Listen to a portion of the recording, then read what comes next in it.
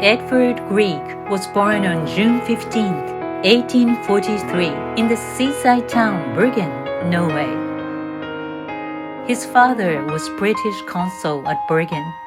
The Grieg was of Scottish origin. His mother, a daughter of provincial governor, was a gifted musician. The fourth of their children was Edvard. At age 6, his mother taught him piano. He composed pieces after school.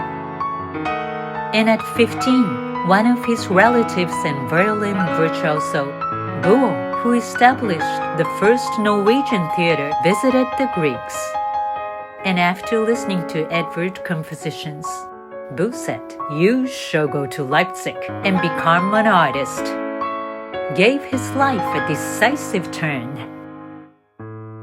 The Leipzig Conservatory, founded by Mendelssohn in 1843, the same year Grieg was born. He studied under Czech composer and piano virtuoso Moschles. He attended every rehearsal of Gewandhaus Orchestra. Especially, he loved to listen to Clara Schumann's playing. In the spring of 1860, he suffered from pleurisy and never regained the whole use of his left lung. He returned to the school life, this time in the company of his brother John, who studied cello. Grieg graduated from the conservatory with the highest marks at age 19. Next year, Grieg left home for Copenhagen. The move would have a definitive impact on both his musical career and his personal life.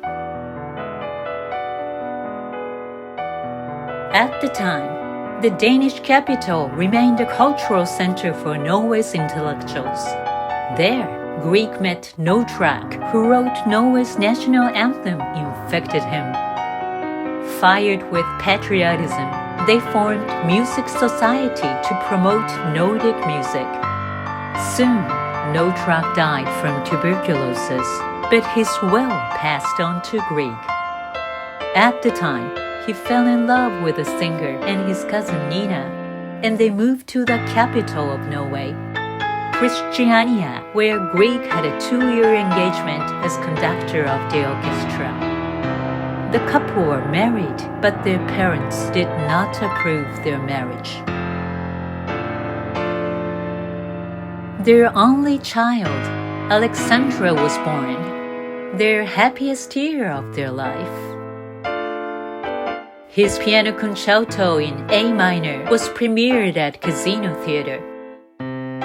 The audience burst into spontaneous applause, and it was a great success. But tragically, the baby died at 13 months from meningitis. Liszt endorsed his talents and encouraged him not to get scared off, that it would sustain him in days of adversity. Henrik Ibsen requested music for the play Per Gynt. The premiere was an enormous success, and the 2 orchestral suites from the work helped establish his reputation worldwide. He loved Hardanger region, especially listened to the local fiddlers, and soaked in the traditional music to enrich his writing. At 40, Grieg separated from Nona. She was rumored to have an affair with his brother John. Grieg was considering moving to Paris to stay with his young lover, Lace. But his best friend, Bayer, had finally convinced him to reunite with Nona. Following the reconciliation, the Griegs were finally able to build their own home named Troldhaugen. Grieg built a tiny composer's hut close to the residence. On the piano stool lay a thick Beethoven sonatas as a cushion so he could reach the keyboard. The couple toured together, performed together, and thrilled audiences in Europe. A rare steak 3.5 hours before performances was a prerequisite, followed by a rest. He also kept a small rubber frog in his pocket, which he would rub before every performance for good luck. When Grieg was walking in the Jotunheim mountains with Bayer, they encountered the young dairymaid Gwendina, who sang her songs. Their musical calls and songs were a constant inspiration for Grieg. His greatest project was the music festival in Bergen. He brought the Dutch Concerto Orchestra to Norway to enable Norwegian audiences to hear how a good orchestra should sound. He celebrated his 60th birthday spread over 3 days. His health was deteriorating. In 1905, Norway regained its independence and Grieg gained his health back. Grieg visited England 5 times and met young Australian artist Granger, who had enriched his life's evening. He left England after receiving an honorary doctorate from Oxford. But soon seriously weakened. His farewell to life was observed by a nurse. He soon fell into a deep sleep, and I was about to go out onto the corridor. Just then the stranger thing happened. He suddenly sat upright in his bed.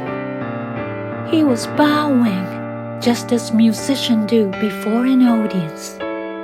Then he sank back quietly and lay motionless. Grieg died at the age 64 on September 4th, 1907. Here's what photographer told later.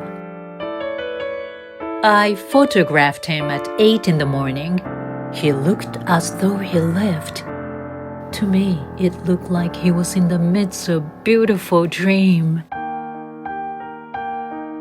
Grieg is among the artists who gained great recognition in his own lifetime.